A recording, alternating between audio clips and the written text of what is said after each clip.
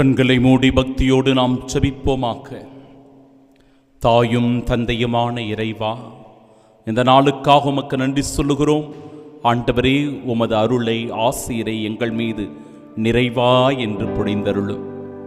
குறிப்பாக குழந்தை இயேசுவை நினைவு கூறுகிற இந்த அற்புதமான நாளில் குழந்தை இயேசுவுக்கு இருந்த ஞானம், அவரிடத்தில் இருந்த தெய்வத்தன்மை எங்கள் ஒவ்வொருவரிடத்திலும் கூட விளங்க ஆண்டவரை அருள் தாரும்.